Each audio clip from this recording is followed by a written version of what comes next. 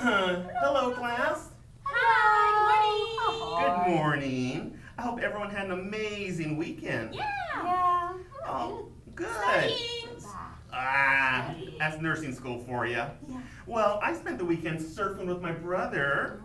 I worked a shift at the ER. Ooh. And I went to an amazing seminar on proper amulet placement. Wow. Cool. All right. Yeah, great. So today we're going to be talking about anticoagulant medication.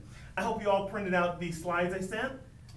And your PowerPoint? I ran out of ink. Well, I I need to buy know. more paper. I know there's a lot of slides. I think there's 26 pages, but don't worry, we've got 30 minutes to get through them all. Oh man. Okay. Anything we don't finish, I'll just email you. Okay, so let me just get this computer up and going. Give me 1 second. I'm sorry. Hold on. Let's see. So, anticoagulants, huh? Looks like we're going to talk about Coumadin and Pradaxa today. I've heard about Coumadin, otherwise known as warfarin, but I don't think I've heard about Pradaxa. I guess we'll be reviewing it once the slides are up. Let me see. Oh, there we go. Got it. Okay, class. We will first start with Coumadin.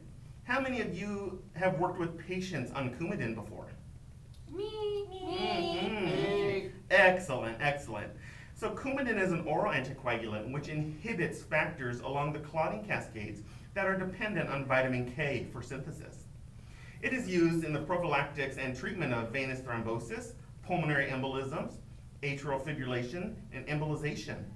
It is also used for the management of myocardial infarctions, also known as MI. It decreases risk of death, decreases risk of subsequent MI, and let's see, that's yes. Me. Yes. Me. Kim? Yeah. It also decreases risk of future thrombolytic events, prevention of thrombus formation and embolization after prosthetic valve placement. Yay, good to go. That is correct. Yay. Someone did her reading, I see. Yeah. Now, Coumadin also has many drug-drug interactions.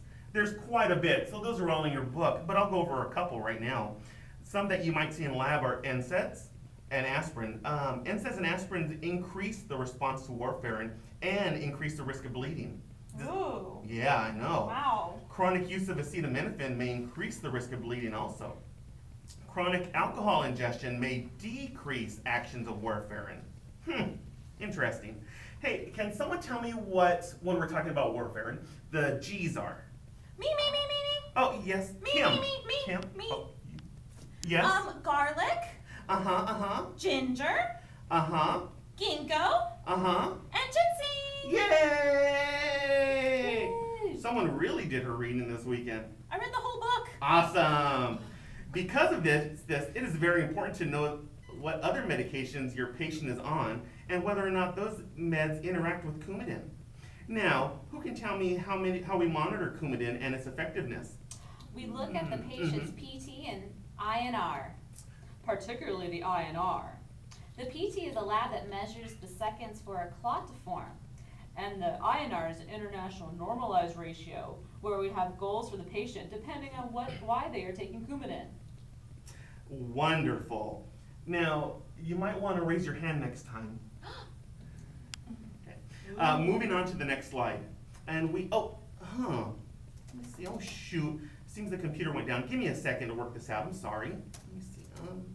When I was in clinical last week, my instructor and I did patient teaching on Coumadin. Oh yeah? What did you teach her?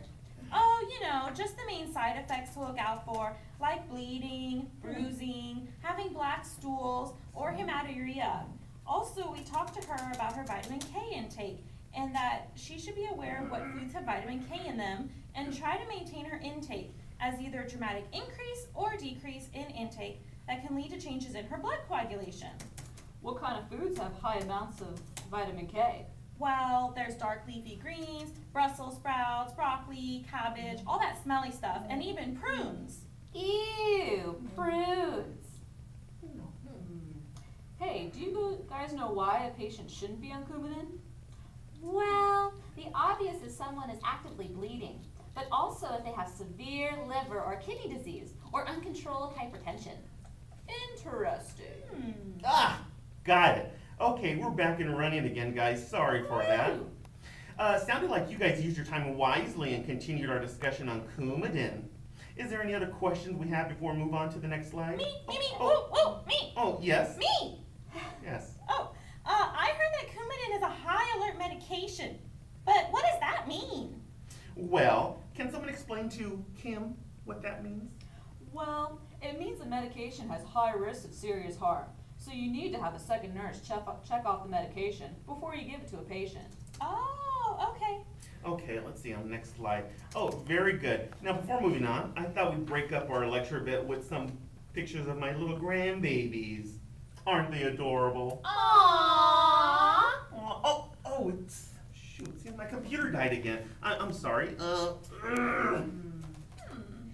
You know, my grandma is on Pradaxa. She is on it because she had a stroke over a year ago and has a history of atrial fibrillation.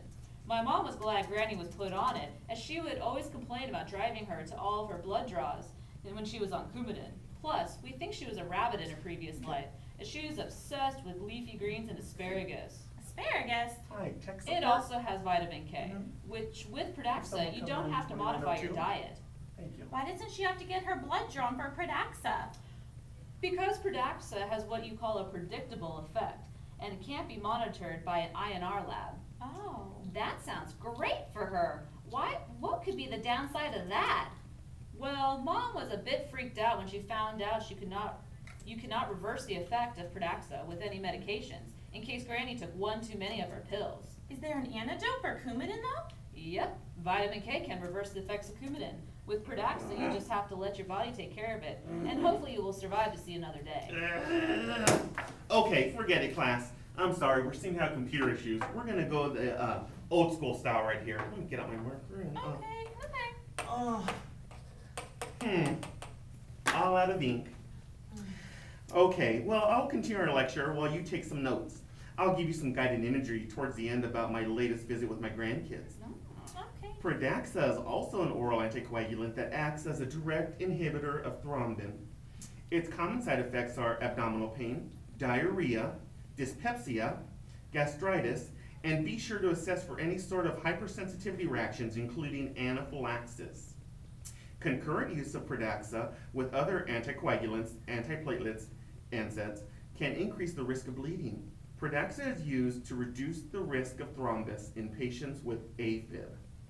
We talked about that already. Eric told us about her grandma being on Pradaxa. Oh, you guys did talk about... Oh, did you guys talk about how you don't have to do...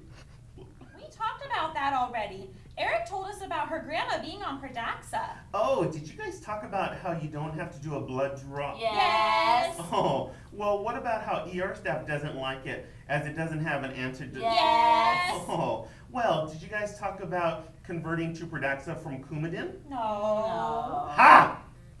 Well, when someone is going to be transitioned to Pradaxa, you want to wait until their INR is less than 2.0. Oh, okay. You might also want to assess your patient for signs and symptoms of stroke or PVD. Can anyone tell me what PVD stands for? Peripheral vascular disease. Oh, very good, Kim. Periodically during treatment. Now, for the most important part of lecture, give me 1 second. Amulets! Yay! For everybody!